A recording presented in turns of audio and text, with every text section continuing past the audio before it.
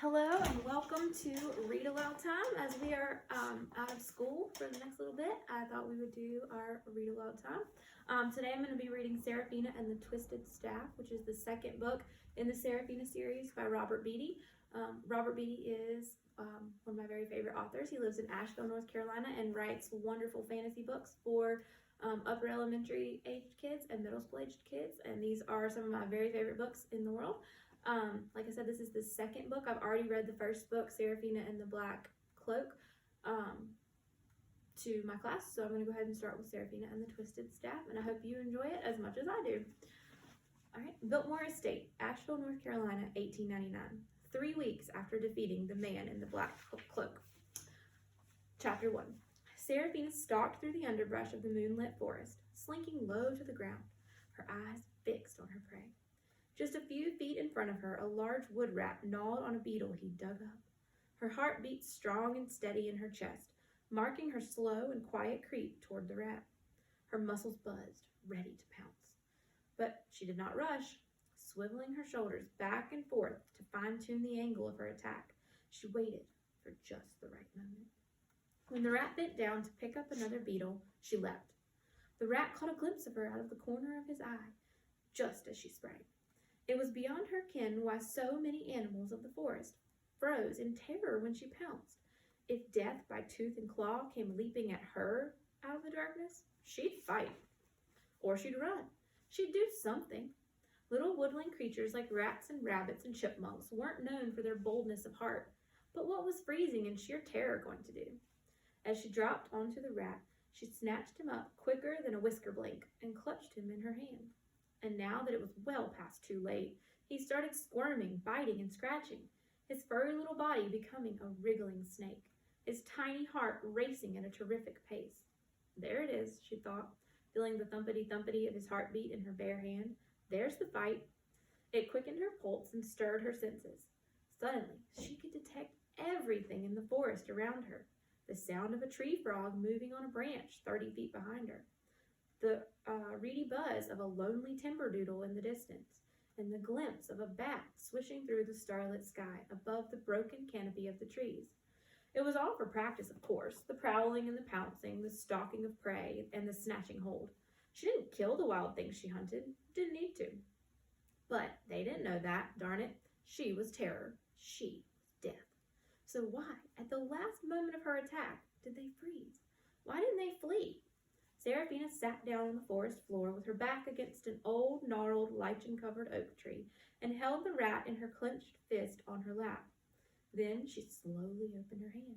The rat darted away as fast as he could, but she snatched him up and brought him back to her lap again.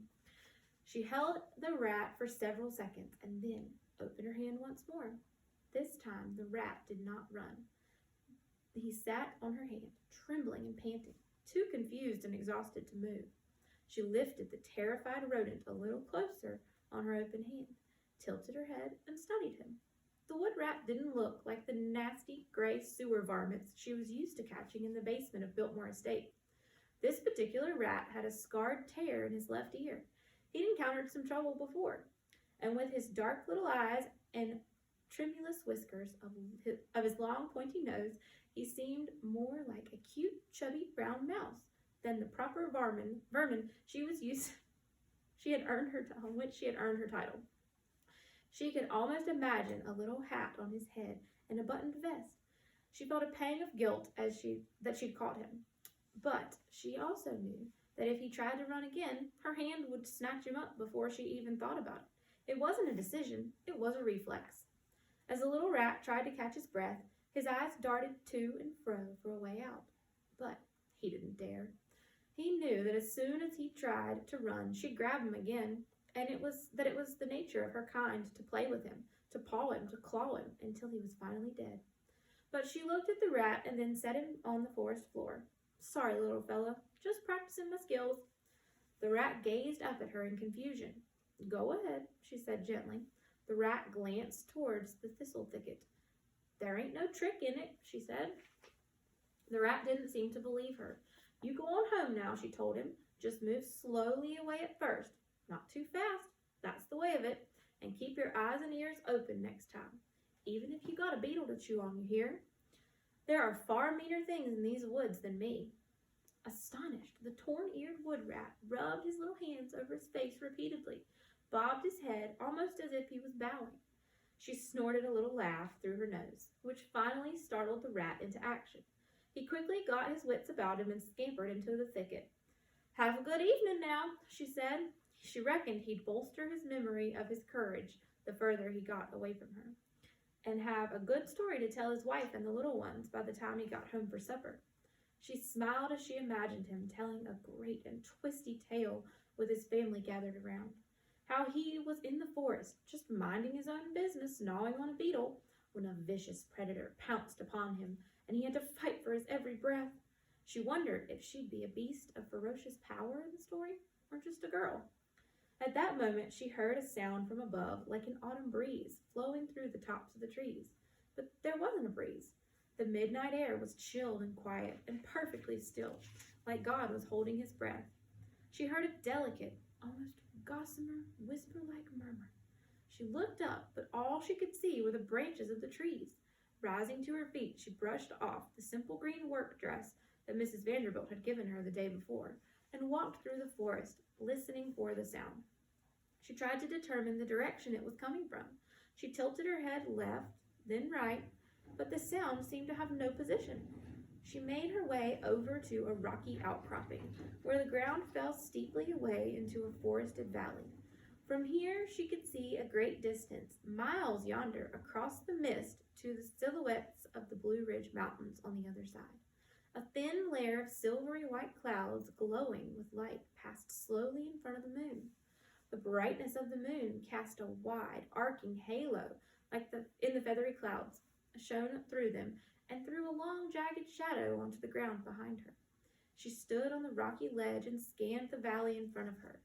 In the distance, the pointed towers and slate-covered rooftops of the grand Biltmore estate rose from the darkness of the surrounding forest. The pale gray limestone walls were adorned with gargoyles of mythical beasts and fine sculptures of warriors of old. The stars reflected in the slanting window panes, and the mansion's gold and copper-trimmed roofline glinted in the moonlight. There, in the great house, Mr. and Mrs. Vanderbilt slept on the second floor, along with their nephew, her friend, Braden Vanderbilt. The Vanderbilts' guests, family members from out of town, businessmen, dignitaries, famous artists, slept on the third floor, each in their own luxuriously appointed room. Serafina's pa maintained the steam heating room, the electric dynamo, the laundry machines, powered by spinning leather straps, and all the other newfangled devices on the estate. She and her pa lived in the workshop in the basement, down the corridor from the kitchens, laundry room, and storerooms. But while all the people she knew and loved slept through the night, Serafina did not.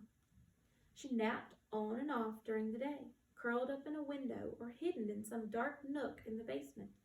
At night she prowled the corridors of Biltmore, both upstairs and down, a silent, unseen watcher. She explored the winding paths of the estate's vast gardens and the darkened dells of the surrounding forest, and she hunted. She was a 12-year-old girl, but she had never lived what anyone other than herself would call a normal life. She had spent her time creeping through the estate's vast basement, catching rats. Her pa, half joking when he'd said it, had dubbed her the CRC, the Chief Rat Catcher, but she'd taken on the title with pride.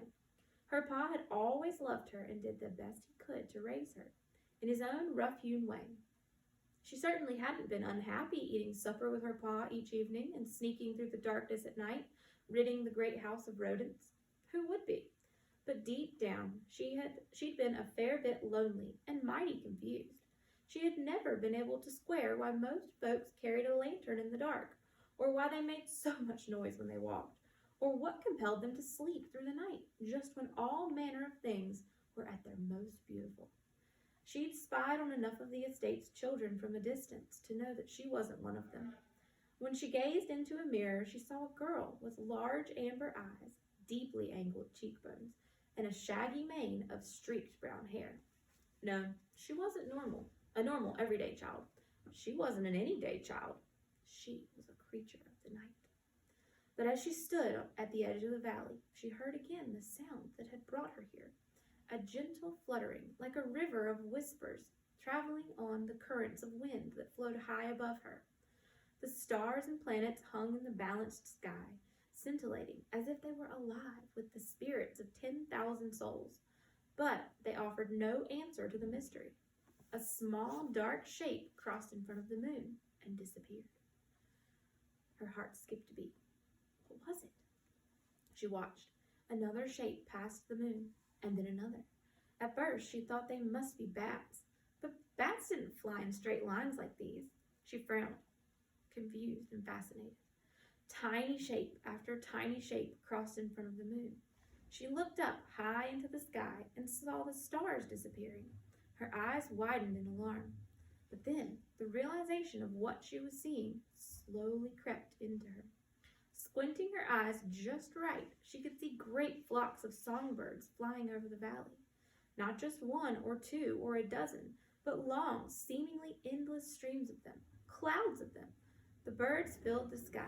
The sound she was hearing was the soft murmur of thousands of tiny wings, of sparrows, wrens, and waxwings making their fall journey. They were like jewels, green and gold, yellow and black, striped and spotted, thousands upon thousands of them. It seemed far too late in the year for them to be migrating, but here they were.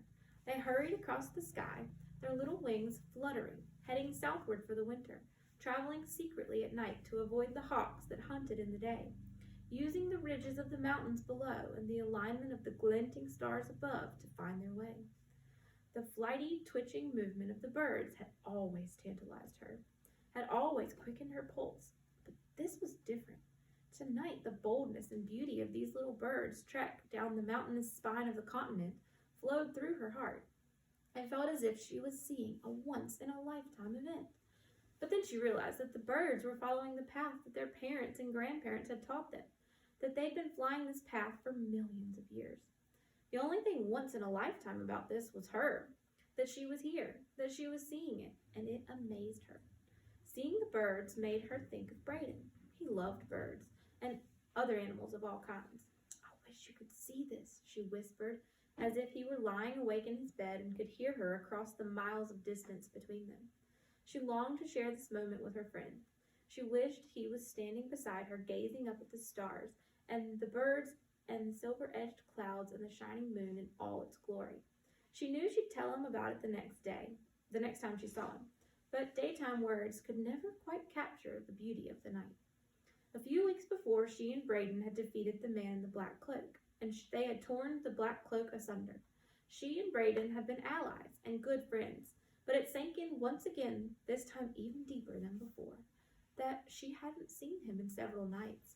With every passing night, she expected a visit at the workshop, but every morning she went to bed disappointed, and it left her with biting doubts. What was he doing? Was something keeping him from her? Was he purposefully avoiding her? She'd been so happy to finally have a friend to talk to. It made her burn inside to think that maybe she was just a novelty to him that had worn off, and now she was left to return to her lonely nights of prowling on her own. They were friends, she was sure of it, but she was worried that she didn't fit in upstairs in the daylight, that she didn't belong there. Could he have forgotten about her so quickly? As the birds thinned out and the moment passed, she looked out across the valley and wondered. After defeating the man in the black cloak, she reckoned herself one of the guardians, the marble lions that stood on either side of Biltmore's front doors, protecting the house from demons and evil spirits.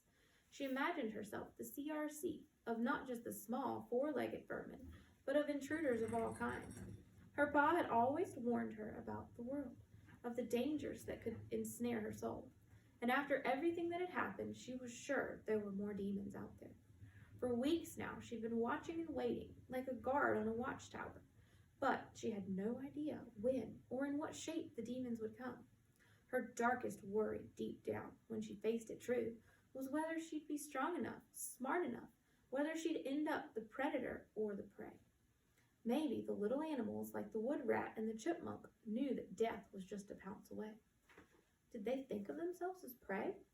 Maybe they were almost expecting to die, ready to die, but she wasn't. She had things to do. Her friendship with Braden had just begun, and she wasn't going to give up on it just because they'd hit a snag. And she had only just started to understand her connection to the forest, to figure out who and what she was. And now that she'd met the Vanderbilts face to face, her pa had been pressuring her to start acting like a proper daytime girl. Mrs. V was taking her in, always talking to her with a gentle word.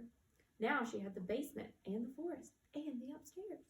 She'd gone from having too few kin to having too many, getting pulled in 3 directions at once. But after years of living without any family besides her pa, it felt good to be getting started with her new life. All that was fine and good. When danger came, she wanted to fight. She wanted to live. Who didn't? But what if the danger came so fast she never saw it coming? What if, like an owl attacking a mouse, the claws dropped from the sky and killed her before she even knew they were there? What if the real danger wasn't just whether she could fight whatever threat that came, but whether she even recognized it before it was too late? The more she thought about the flocks of birds she'd seen, the more it rankled her peace of mind. It was plenty warm, but she couldn't stop thinking that December was far too late in the year for birds to be coming and going. She frowned and searched the sky for the North Star. When she found it, she realized that the birds hadn't even been flying in the right direction. She wasn't even sure they were the kinds of birds that flew south for the winter. As she stood on the rocky edge of the high ground, the dark ooze of dread seeped into her bones. She looked up at where the birds had been flying, and then she looked in the direction they came from. She gazed out across the top of the darkened forest. Her mind tried to work it through, and then she realized what was happening. The birds weren't migrating, they were fleeing. She pulled in a long, deep breath as her body readied itself. Her heart began to pound. The muscles of her arms and legs tightened. Whatever it was coming, and it was coming now.